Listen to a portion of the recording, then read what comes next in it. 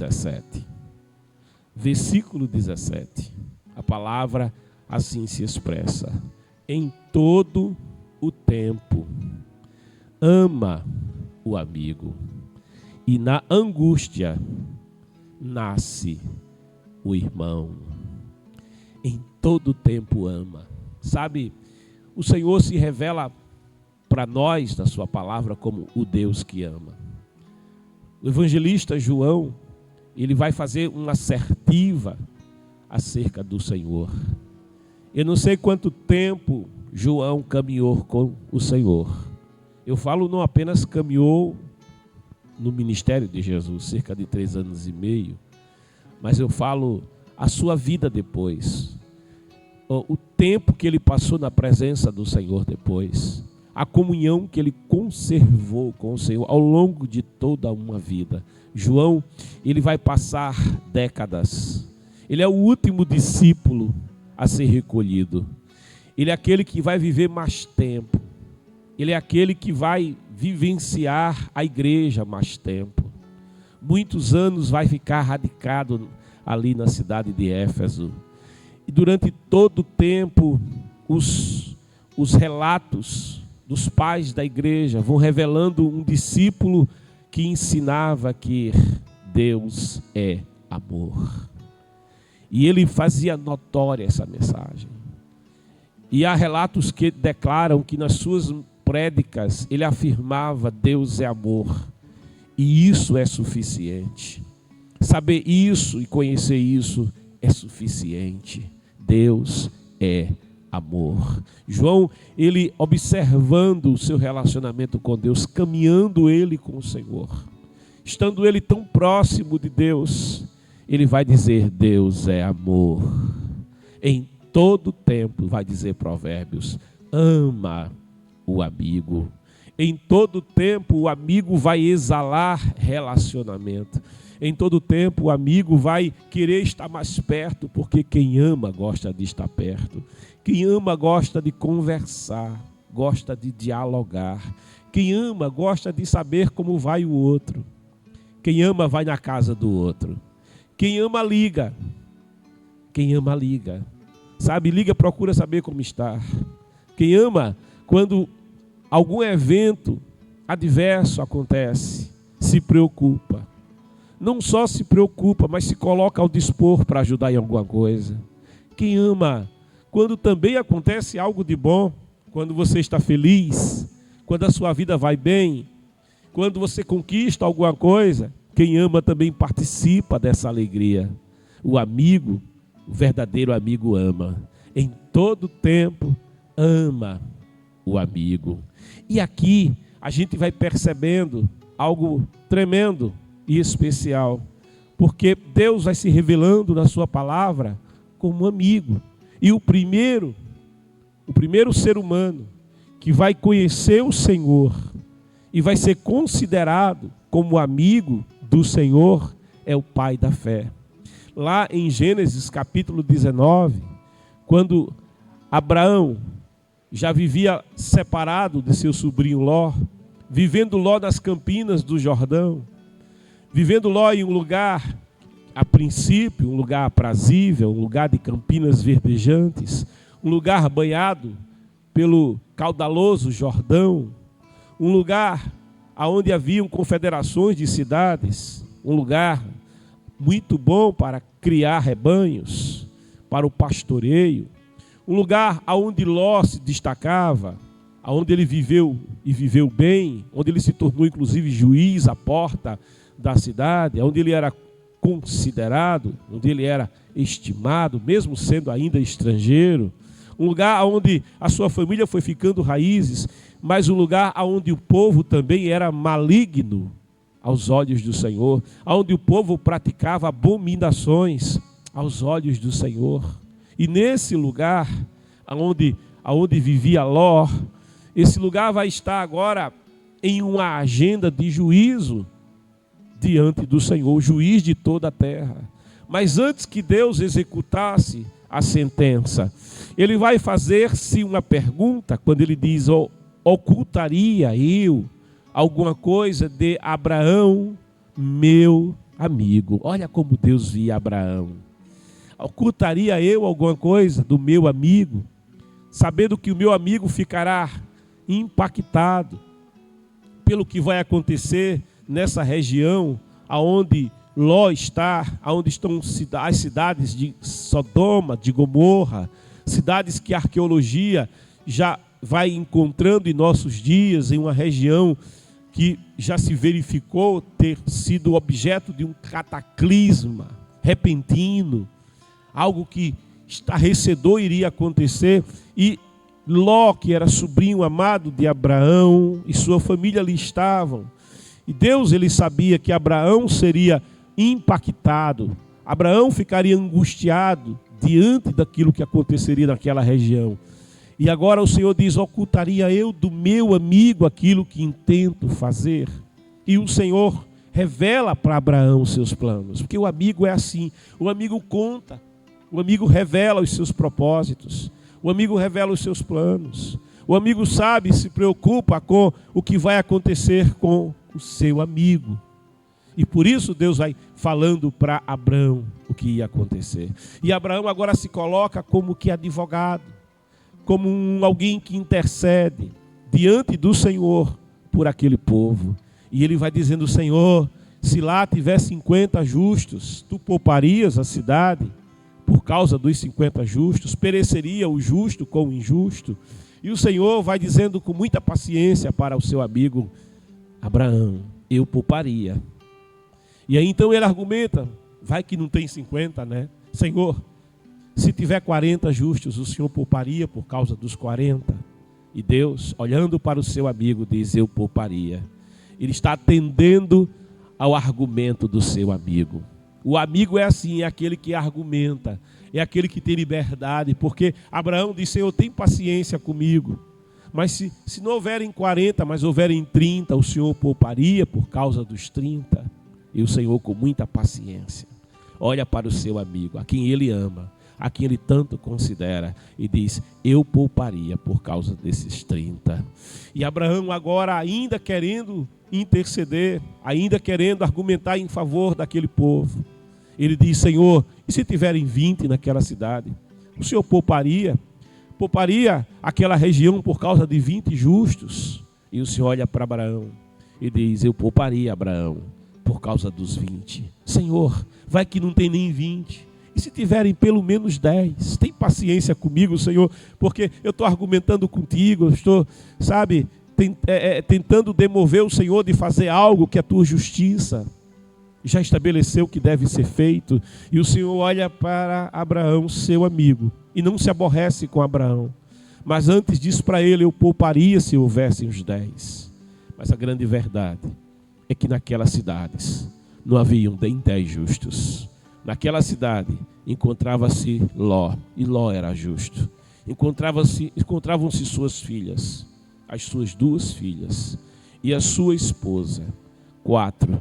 E mesmo a sua esposa, o coração dela estava profundamente arraigado naquela cidade. Ali não tinha 50 justos. E por isso, aquela cidade, aquela região, aquelas cidades serão destruídas. Mas Ló, por causa de Abraão, Deus, ele retém a sua justiça até que Ló esteja a uma distância segura daquela região, até que Ló esteja distante o suficiente para que o Senhor possa executar o seu juízo. Isso por causa de Abraão, o amigo de Deus. O Alcorão vai se referir ainda a Abraão, e se refere a Abraão como Abraão, o amigo de Deus. Que coisa boa é ter um amigo, que coisa gloriosa é você ter alguém a quem você pode chamar meu amigo. E amigo de verdade não se encontra em todo lugar. Deus, ele escolheu fazer de Abraão seu amigo. Deus escolheu fazer de Abraão alguém com quem ele tinha uma amizade. Amava o Senhor muito Abraão, porque diz o Provérbios, o Espírito diz na palavra: em todo tempo ama o amigo. Há um outro personagem icônico da Bíblia, a quem a palavra vai revelar ter com Deus um relacionamento de amizade. E esse outro personagem é Moisés. Em Êxodo, no capítulo 33, depois que o povo tinha pecado contra o Senhor, adorando aquele bezerro de ouro, e Moisés, tendo esfacelado as placas da lei, do decálogo, e Moisés busca o Senhor, intercede para que o Senhor tenha misericórdia do povo. E como Abraão intercedeu pelas cidades da região do Vale do Jordão, assim Moisés intercedeu pelo povo, para que a justiça do Senhor fosse aplacada. E Deus, com misericórdia, olhasse para aquele povo. A ponto do Senhor dizer para Moisés, quando Moisés disse para o Senhor de forma pusilânime: Senhor, se o Senhor não me ouvir, risca o meu nome do teu livro. E o Senhor vai dizer para ele: eu riscarei do meu livro aquele que merecesse ser riscado do meu livro. Mas eu terei misericórdia de quem eu tiver misericórdia. E trata com Moisés com muita paciência. E trata com Moisés ouvindo Moisés. E trata com Moisés dando atenção aos argumentos de Moisés. E por conta de Moisés se colocar e confessar diante do Senhor o pecado do povo, porque Moisés não vai esconder de Deus o erro do povo, não. O amigo não esconde o erro. O amigo, antes ele quer tratar do problema. E Moisés não esconde do Senhor o erro do povo, mas apresentando ao Senhor o erro do povo, confessando como um mediador diante de Deus a situação espiritual do povo. Moisés agora pede ao Senhor misericórdia para aquele povo. E Moisés pede ao Senhor que não abandone o projeto, mas caminhe juntamente com Moisés, caminhe juntamente com o povo. E Moisés, naquele processo, ele vai fazer uma tenda, diz a palavra ali, na altura do versículo 7 de Provérbios, de Êxodo 33, ele vai criar uma tenda do lado de fora do acampamento. E diz a palavra que todos os dias, dirigia-se Moisés, no início do dia, logo cedinho, ele ia em direção à tenda do encontro. E todo o povo que sabia que diariamente Moisés ia para aquele lugar, a tenda do encontro, ficava cada um à porta de sua tenda, observando passar Moisés. E todo mundo sabia, ele está indo se encontrar com o Senhor. Ele está indo à tenda do encontro com Deus. Tenda que está do lado de fora. Tenda que está fora do acampamento. Tenda que está afastada do acampamento, porque o povo tinha pecado. Porque o povo tinha se rebelado contra o Senhor. E agora Moisés caminhava em direção à tenda, e diz a palavra, e cada um ficava à porta da sua própria tenda. Não acompanhavam Moisés, porquanto quando o Senhor se revelou àquele povo vai dizer assim: Moisés, não fale o Senhor diretamente conosco para que não morramos, mas fale o Senhor diretamente contigo e vamos te obedecer. Mas Moisés, quando ia em direção àquele lugar de encontro com Deus, o povo ficava na observação. Via e atentava o exemplo de Moisés. E quando Moisés chegava diante da tenda, diz a palavra, baixava a nuvem. E a nuvem representava a glória de Deus, a presença do Senhor. Deus é espírito. E aquele que o adora em espírito e em verdade. Não baixava uma imagem, mas baixavam uma nuvem, porque espírito não tem uma forma definida. Então baixavam uma nuvem, a nuvem da glória e da presença do Senhor, enchia aquela tenda. E diz a palavra, e ali quando o povo via baixar a nuvem, todo o povo dobrava os seus joelhos à porta, cada um da sua própria tenda. Agora eles precisavam ir em busca do que tinham perdido, relacionamento com Deus. Eles viram as maravilhas de Deus do Egito. Eles viram a manifestação da glória de Deus, como Deus dobrou a maior economia do Oriente Próximo, como Deus dobrou a economia daquela potência econômica e militar do mundo antigo. Eles viram o agir de Deus, os livramentos do Senhor, mas eles nunca tiveram um real relacionamento com esse Deus. Agora, eles estão tendo a oportunidade de buscar conhecer o Senhor. Conheçamos e prossigamos em conhecer ao Senhor. Me buscareis e me achareis quando me buscardes com todo o vosso coração. Eu me deixarei ser achado por vocês, diz o Senhor.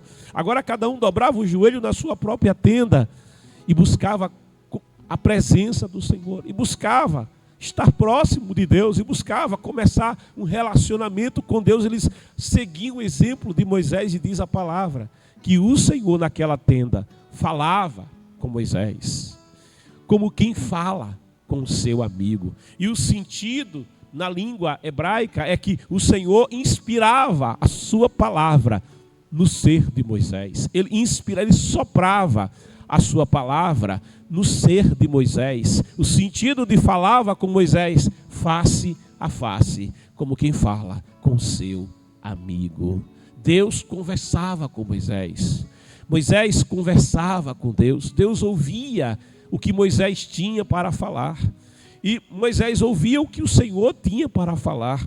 E diz o texto ali em Êxodo 33 que toda pessoa que tinha uma questão para apresentar ao Senhor também se dirigia àquela tenda, também se dirigia àquele lugar de encontro. E isso acontecia diariamente. E diz que depois que Moisés conversava com o Senhor, depois que Moisés no começo do seu dia dialogava com o Senhor, eram 2 milhões de responsabilidades, de vidas que estavam no deserto, sob os cuidados de Moisés, diretamente como ser humano. Ele tinha responsabilidade diante daquele povo, diante de Deus. Depois que Moisés colocava os problemas complexos que ele tinha de prover, de cuidar, de proteger, de lidar com as questões de 2 milhões de vidas do deserto, Moisés então retornava para o seu dia a dia, retornava para o seu trabalho. Mas Moisés não apenas colocava diante do Senhor os problemas, Moisés ia àquele lugar também, porque Moisés queria conversar com o seu amigo, porque Moisés queria estar na presença do seu amigo, porque Moisés tinha prazer em estar com o seu amigo, e o seu amigo tinha prazer de estar com Moisés. Cantares de Salomão assim vai dizer: eu sou do meu amado, e o meu amado é meu. Isso fala de algo profundo, de um vínculo. O amor dos Colossenses é o vínculo da perfeição. O amor é o que me liga, o amor é o que me amarra, né? É o que faz o berite, a amarração. O amor amarra, o amor prende, o amor cria laços.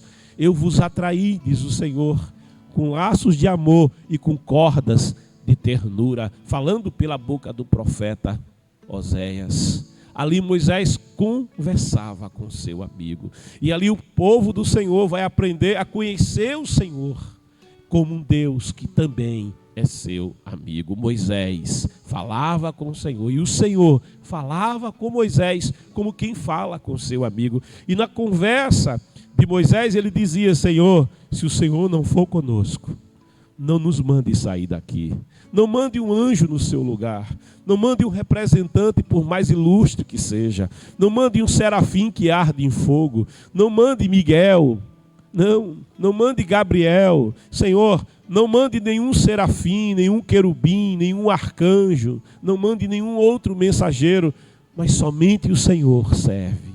Se o Senhor mesmo não vier, se o Senhor mesmo não estiver aqui, não nos faça sair daqui. Não nos faça caminhar sem a sua presença. Não nos faça caminhar sem termos contigo um real relacionamento, sem termos a tua proximidade, Senhor. E o Senhor disse: eu irei contigo. Aleluia. Eu vou contigo no caminho, porque o amigo, ele não se afasta. Sabe, em todo tempo ama o amigo. E na angústia, diz a palavra, nasce o irmão. Provérbios também, em 18, 24, Provérbios vai nos mostrar um outro aspecto da amizade que é para nós precioso. E eu quero também fazer menção para você nessa manhã. Provérbios 18, 24 é o capítulo seguinte. O homem que tem muitos amigos pode congratular-se, mas há o amigo mais chegado que o irmão. Há outra versão que diz que ao homem não é nem bom ter muitos amigos, porque nem todo amigo é amigo de verdade. Agora tem um amigo que é diferente de todos os outros. É o amigo mais chegado que o irmão. Alguém queria muito um amigo. E nessa alegoria, trata-se de um garoto. E aquele garoto, ele enche um cofre, um cofrinho de moedas. E ele procura alguém e oferece o cofrinho de moedas e diz: eu te dou esse cofre, se você aceitar ser meu amigo. E aquele que é provocado pelo garoto, e vê ele oferecendo um cofre das suas economias, em troca da sua amizade, ele diz assim para o garoto: não se conquista um amigo assim. E o garoto fica surpreendido por aquela informação nova, por aquele ensino que não havia sido dado a ele antes. Não se conquista um amigo assim. Um amigo você vai conquistar um pouco todos os dias. Um amigo você vai conquistar encontrando-se com ele um pouco todos os dias. Para você construir uma amizade, você deverá valorizar essa pessoa. Deverá trocar ideias com essa pessoa. Deverá gostar de estar perto dessa pessoa.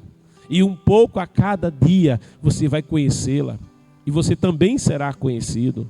E você vai construir um relacionamento e uma amizade que, por certo, durará para toda a vida. Assim se conquista um amigo. Há uma outra alegoria que falando de relacionamento, fala de um pai muito ocupado.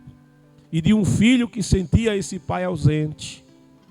E o filho um dia chega para o pai, querendo a atenção do pai, querendo que o pai esteja mais com ele, querendo conversar com o pai. Esse garoto chega para o pai e diz: pai, por que o senhor não fica comigo? Por que o senhor não senta comigo? Por que o senhor não brinca comigo? E o pai diz: meu filho, é que o papai tem que trabalhar. Então o garoto pergunta: pai, quantas horas o senhor trabalha todos os dias? E o pai diz para ele a carga horária que ele tinha naquele trabalho. Então o garoto pergunta: pai, quanto o senhor ganha? Quanto é que o senhor recebe por esse trabalho? E o pai diz para ele. E aquele garoto, depois que o pai se vai, faz um cálculo. E ele descobre quanto custava uma hora do seu pai. Então ele faz também economias.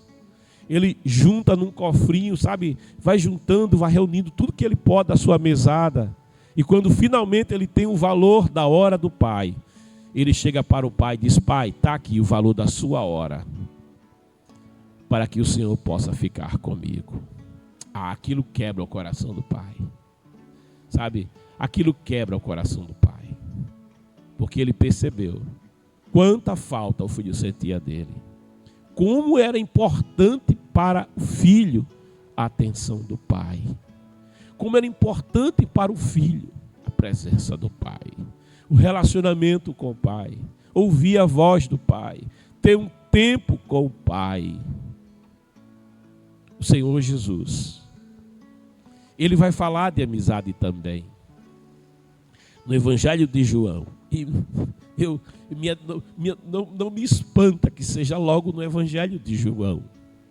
Ele vai dizer, se a memória não me é falha, na altura do capítulo de número 15. Ele diz: vocês me chamam de mestre, eu sou. Mas ele vai dizer: mas eu, porém, vos tenho chamado de amigos. Vamos ver aqui, João,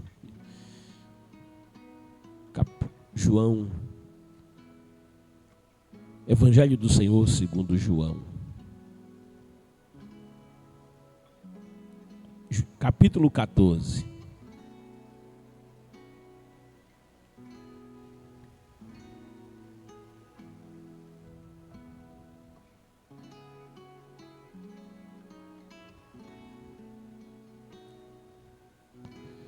Não é no 15 mesmo. João capítulo de número 15. Mas o Senhor vai dizer para eles: vocês me chamam de mestre, e eu sou mestre. Mas eu, porém, vos tenho chamado de amigos. E aqui Jesus, ele vai revelando, ele vai mostrando para os discípulos, João 15:15. Ele vai revelando para os discípulos o nível de relacionamento que ele desejava ter com os discípulos. Já vos não chamarei servos. Aqui ele está chamando eles para um relacionamento mais profundo. Até aqui vocês eram servos. Mas ele diz, já vos não chamarei servos. Eles iam continuar sendo servos. Mas o Senhor está chamando eles para algo mais profundo. Já vos não chamarei servos. Porque o servo não sabe o que faz o seu Senhor. O servo recebe apenas ordens. O servo recebe apenas ordenanças. Ele não discute as ordenanças, ele é servo. Mas aqui o Senhor está chamando para algo mais profundo, porque o servo não sabe o que faz o Senhor.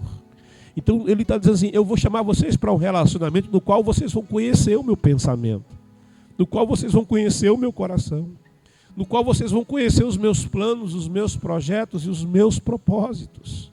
Ele está chamando eles para mais intimidade com Ele agora, para mais proximidade com Ele agora. Já não vos chamarei servos, porque o servo não sabe o que faz o seu Senhor, mas tenho-vos chamado amigos, porque tudo quanto ouvi do meu Pai vos tenho feito conhecer.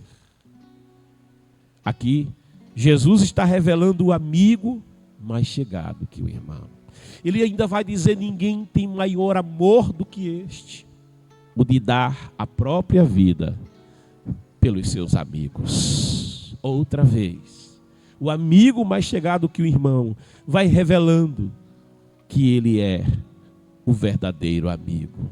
Sabe, lá no Getsemane, a gente vai ter um último estágio dessa condição de amizade dele, do desejo dele de ser amigo. Quando ele estando no Getsemane, Judas, depois que o Senhor passou aquela madrugada de angústia, depois que o Senhor passou aquela madrugada de oração, depois que o Senhor esteve na presença do Pai, depois que ele sentia que ia passar pela moedura do Calvário, mas mais do que isso, ele tinha a consciência de que ele ficaria só, de que o peso dos pecados dos seus amigos sobre ele ia ser tal, seria tão avassalador, que ter sobre si toda a culpa. O profeta Isaías, 7 séculos e meio antes, tinha dito, o castigo que nos traz a paz está sobre ele, e pelas suas pisaduras somos sarados. Sabe, ele foi afligido por causa das nossas transgressões, ele foi moído por causa das nossas iniquidades. Então, quando ele percebe que o peso das nossas iniquidades sobre ele o deixaria só, e Deus nunca esteve só, Deus sempre esteve na companhia de Deus. O Pai sempre desfrutou da companhia do Filho e do Espírito Santo. O Filho sempre desfrutou da comunhão do Pai e do Espírito Santo. O Espírito Santo sempre desfrutou da comunhão do Pai e da comunhão do Filho. Mas agora o Filho sabia, eu estarei só. E quão grande é a solidão de Deus sem Deus. Quão profunda é a solidão de Deus separado de Deus. Isso é, não há linguagem humana suficiente para expressar o significado disto. De modo que ele suou sangue, gotas hematidrose, ele verteu sangue na sua angústia. Mas depois daquela noite solitária, em que nem os seus amigos conseguiram orar com ele, porque em todo tempo ama o amigo, e na hora da angústia nasce o irmão. Mas na hora da angústia, os seus discípulos estavam adormecidos, cansados e tristes, porque eles estavam tristes aquela noite. Havia uma tristeza sobre eles aquela noite. Tudo quanto aconteceu durante a ceia deixou eles muito tristes. Há um anúncio de que Jesus seria entregue na mão dos seus inimigos. Aquilo que aconteceria ao Senhor, eles estavam tristes com tudo aquilo. Mas vem Judas chegando. E Judas vai chegando com a guarda do templo. E ao chegar diante do Senhor, ele dá um beijo. E o Senhor vai olhar para ele e vai dizer: amigo, aqui vens. Com um beijo tu me traz. Nessa hora, Jesus olhando para Judas, ainda o amava como um amigo. Como é que se pode amar aquele que te trai? Como é que se pode amar aquele que te vendeu pelo preço de um escravo? Como é que se pode amar aquele que está trazendo os teus algozes contra você para te levar para ser julgado e morto? Como é que se pode? Só o amigo mais chegado que o irmão. Lá na cruz, ele vai dizer: Pai, perdoa-lhes. Eles não sabem o que fazem. Não há amigo maior do que Jesus. E nessa manhã, nessa palavra de abertura, eu venho trazendo uma palavra de Deus para o teu coração. O Senhor manda te dizer: eu sou o teu amigo. Eu sou o amigo mais chegado que o irmão. Em todo tempo, ama esse amigo. Porquanto na hora da adversidade surge o irmão. Que irmão é esse? Esse irmão é aquele unigênito do Pai. Esse irmão é aquele que comprou você, que pagou preço por você. É aquele que deu a vida por você lá na cruz do Calvário. Esse amigo é aquele que antes era filho único, mas que abriu para você a porta da adoção. E o pai passou a adotar outros filhos, de modo que ele já não é o unigênito, ele se tornou primogênito, porque diz a palavra, lá no Evangelho de João, capítulo 1, versículo 12, ele veio para os que eram os seus, mas os seus não receberam, mas a todos quantos o receberam, deu-lhes o direito de serem feitos filhos de Deus. Romanos vai dizer: herdeiros do céu, co-herdeiros com Cristo. Se você é co-herdeiro, então você é irmão. Na hora da angústia, nasce o irmão. Nessa manhã, o teu amigo manda te dizer: eu sou o teu amigo. O amigo mais chegado que um irmão. Se você está afastado dele, eu te convido agora para se aproximar dele outra vez. Se você já não tem a amizade com ele, se você tem descuidado da amizade com o Senhor, nessa manhã, escuta a voz do teu amigo e te reaproxima dele nessa hora. Faz o caminho da aproximação dele agora. Volta-te para ele agora. Se você tem relegado a amizade, se a tua amizade com ele já não é mais a mesma, se o teu relacionamento com o Senhor já não é mais o mesmo, você sente: eu já não sou mais tão amigo de Deus, eu já não converso com ele como eu conversava antes, eu já não tenho encontro com ele como eu tinha antes, eu já não conto para ele as coisas que eu contava antes, eu já não procuro saber dele as coisas que eu procurava saber antes, eu já não tenho a alegria de estar com ele como eu tinha antes. Sabe, amizades precisam ser renovadas, relacionamentos precisam ser cuidados. Relacionamentos é como plantas precisam ser nutridas, plantas precisam da luz do sol, plantas precisam de água, plantas precisam de atenção, plantas precisam de carinho, plantas precisam de cuidado. Sabe, a igreja é chamada de jardim de Deus, pomar, jardim fechado. Pode ser que o jardim esteja descuidado, oh glória, mas o Senhor te plantou no seu jardim. O Senhor te plantou para que você o conheça. O Senhor te plantou para que você tenha relacionamento com Ele. Eu já não vos chamo servos, porque o servo não sabe quem é o seu Senhor exatamente. O servo não sabe como é o coração do seu Senhor, como são os planos do seu Senhor. Mas eu vos tenho chamado de amigos. Vem, te aproxima do Senhor nessa hora. Vem, renova a amizade, renova nessa manhã o relacionamento que foi interrompido com o Senhor. E se você nunca foi amigo dele, se você até o conhecia, como Jó disse, eu te conhecia de ouvir falar, eu até ia à tua casa, eu até sabia que o que falava a teu respeito, mas eu nunca tive amizade contigo. Eu te conhecia à distância, eu te conhecia de ouvir falar, mas agora Jó vai se tornar amigo de Deus.